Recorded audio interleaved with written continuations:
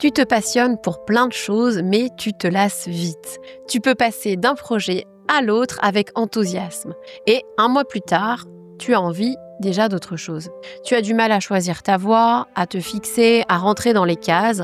Et tu te dis peut-être, j'ai un problème, je suis instable, je m'éparpille. Alors ce que je veux te dire aujourd'hui, c'est que non, tu n'es pas instable et peut-être que tu es multipotentiel. C'est-à-dire que tu fonctionnes différemment. Et si c'est ton cas, il y a aussi de grandes chances que tu sois hypersensible. Alors dans cet épisode, moi, je vais t'aider un petit peu à comprendre ce combo mental intense. Je vais déjà t'expliquer un petit peu ce que c'est qu'être multipotentiel, les signes, et puis pourquoi cette multipotentialité est aussi très liée à l'hypersensibilité. Et surtout, en quoi ça change aussi, cette multipotentialité, ta façon de vivre ton hypersensibilité. Alors, on verra les avantages, les pièges, les clés pour mieux vivre avec, et puis je vais te partager un test gratuit pour faire le point sur ta multipotentialité, et puis je te parlerai aussi d'un petit programme que je viens de créer pour poser un peu ton cerveau sans l'éteindre.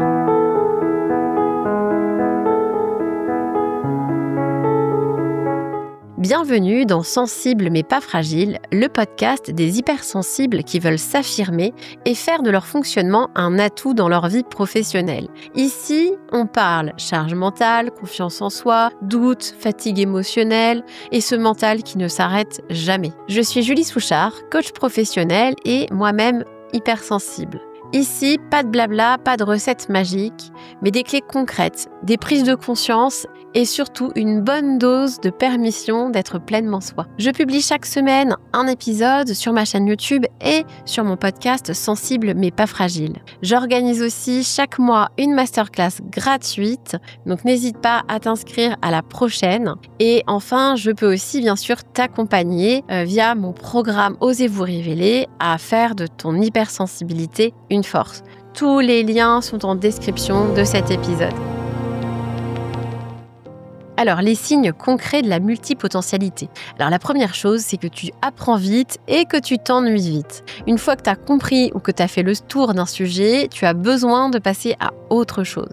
En fait, tu aimes apprendre et expérimenter. Tu as 1000 idées à la minute et parfois, tu as du mal à savoir par quoi commencer ou tu veux tout commencer en même temps. Tu détestes la routine. Toi, tu as besoin de mouvement, de nouveautés. Bref, tu adores le changement. Tu arrives à faire des ponts entre des univers très différents. Tu peux connecter la stratégie d'entreprise avec la psychologie, le jardinage avec le marketing, les neurosciences avec la poésie. Tu as du mal à choisir ta voie. Parce qu'en réalité, tu n'en as pas qu'une. Et quand tu t'obliges à n'en garder qu'une seule, tu t'éteins. Tu culpabilises beaucoup de pas aller au bout des choses. Alors en fait, c'est parce que toi, ce que t'aimes, c'est créer, mettre en place et pas faire le suivi, exécuter, etc. Ça t'intéresse beaucoup moins. Alors si tu t'es reconnu dans plusieurs points, il y a de fortes chances que tu sois multipotentiel. Alors pourquoi les multipotentiels sont aussi hypersensibles ? Dans l'épisode précédent, je t'expliquais que l'hypersensibilité repose sur un mental puissant. Un mental qui capte beaucoup, qui réfléchit longtemps, qui réagit rapidement et qui peut vite se retrouver en surcharge si tu ne sais pas comment l'apaiser. Et quand on regarde les profils multipotentiels, on retrouve exactement ce type de fonctionnement. C'est-à-dire que tu vas t'enthousiasmer vite, tu fais des liens entre des domaines complètement différents, tu as toujours 10 idées en tête et tu peux passer d'un sujet à un autre sans perdre le fil. Ce n'est pas juste de la curiosité, ce n'est pas juste un besoin de nouveauté, c'est une architecture cognitive particulière qu'on va retrouver aussi d'ailleurs chez les HPI, les profils créatifs à haut potentiel ou certains profils TDAH. Ces profils ont ainsi ces points communs. Un mental très actif, une pensée non linéaire, un besoin de sens, de stimulation, de variété et souvent une vraie difficulté à appuyer sur pause. Et du coup, avoir un mental puissant, c'est être hypersensible. Pourquoi ? Parce que quand tu as un mental puissant, tu vas avoir ces 3 charges. La charge sensorielle, tu vas capter beaucoup d'informations.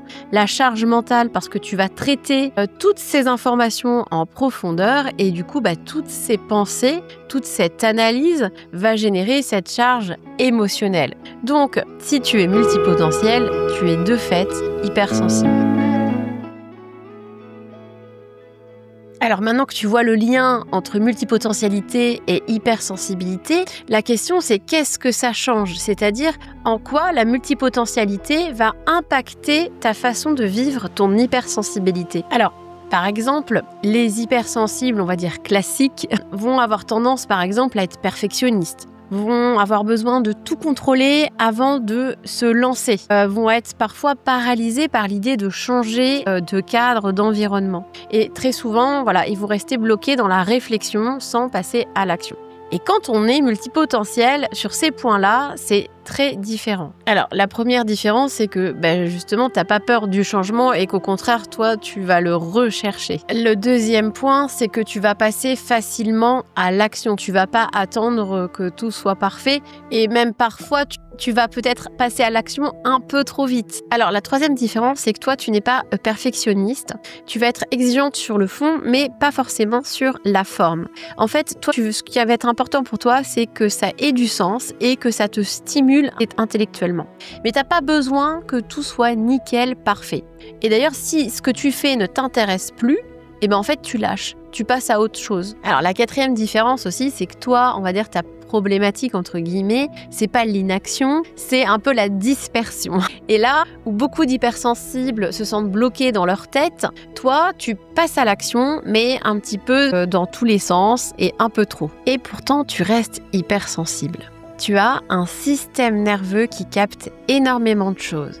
Tu as une réactivité émotionnelle forte. Tu as une grande capacité d'analyse. Et tu as une tendance à la surcharge mentale, sensorielle, émotionnelle, même dans les périodes où tout va bien. Résultat, tu es sensible et rapide, tu es profond et multiple, tu es intense dans les deux sens, dans l'élan comme dans l'épuisement. Et ce qui est piégeux, en fait, c'est que ce profil est souvent mal compris. Tu donnes l'image de quelqu'un de dynamique, de créatif, de toujours plein d'idées, mais à l'intérieur, c'est souvent le chaos, la fatigue mentale et la solitude d'avoir l'impression que personne ne comprend vraiment ton mode de fonctionnement.